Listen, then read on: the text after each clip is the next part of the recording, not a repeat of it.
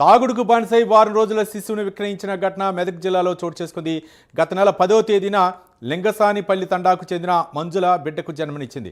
పుట్టిన వారం రోజులకే ఆ బిడ్డను కామారెడ్డికి చెందిన దంపతులకు ₹1,70,000 తండ్రి మహిపాల్ అమ్మేశాడు.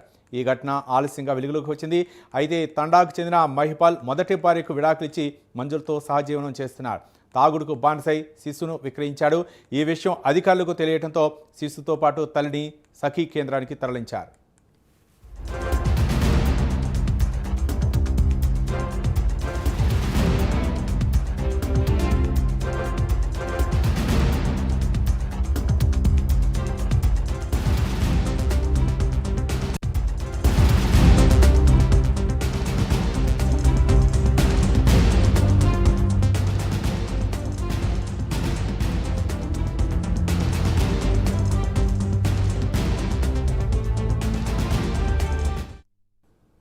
తాగుడుకు బానిసై వారం రోజుల శిశువును విక్రయించిన ఘటన మెదక్ జిల్లాలో చోటు చేసుకుంది. గత నెల 10వ తేదీన లింగసానిపల్లి తాండాకు చెందిన మంజుల బిడ్డకు జన్మనిచ్చింది.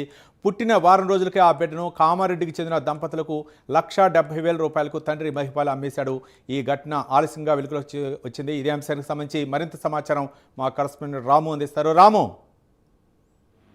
రవి, మెదక్ జిల్లాలో దారుణమైన ఘటన చోటు చేసుకుందని చెప్పవచ్చు. తాగుడుకు బానిసై మగ శిశువును ₹1,70,000 విక్రయించిన ఘటన ఆలస్యంలోకి అయితే వెలుగులోకి వచ్చినటువంటి పరిస్థితి ఉంది.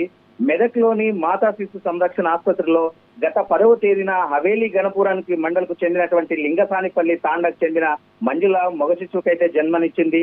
ఈ వారం రోజుల తర్వాత అయితే కామారెడ్డికి చెందినటువంటి దంపతులకు ₹1,70,000 అయితే విక్రయించారు. అయితే ఈ యొక్క మైపాల్ తాగుడుకు బానిసై మైపాల్ మొదటి భార్యకైతే విడాకులు ఇచ్చారు. విడాకులు ఇచ్చిన పిదప ఏదైతే మంజుల ఉందో మంజులతోనైతే సహజీవనం అయితే కొనసాగిస్తున్నారు. ఈ నేపథ్యంలోనే మైపాల్ కు మంజులకైతే గత నెల 10వ తేదీన అయితే మగ శిశువు జన్మించారు.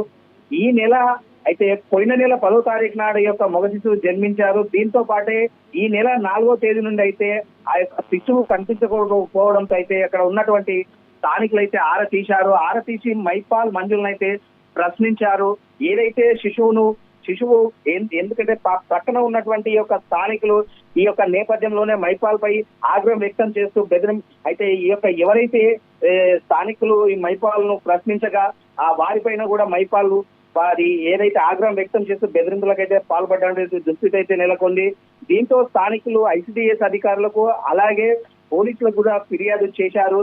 ఈ పోలీసులకు ఫిర్యాదు చేసిన పిదప యొక్క అధికారులు అయితే విచారణ చేపట్టారు. ఈ విచారణలో ఏదైతే శిశువు విక్రయం వెలుగులోకి ఆలస్యంగా వచ్చినటువంటి పరిస్థితి ఉంది.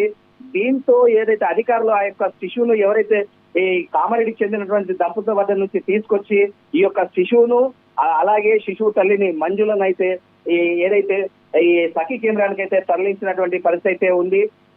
ఈ యొక్క చర్యలకు పాల్పడినటువంటి మైపాల్ పై కఠినమైన చర్యలు తీసుకుంటామని అయితే అధికారులు ఈ యొక్క స్థానికులకు అయితే చెప్పినటువంటి పరిస్థితి ఉంది. Ravi, right, thank you Ramu.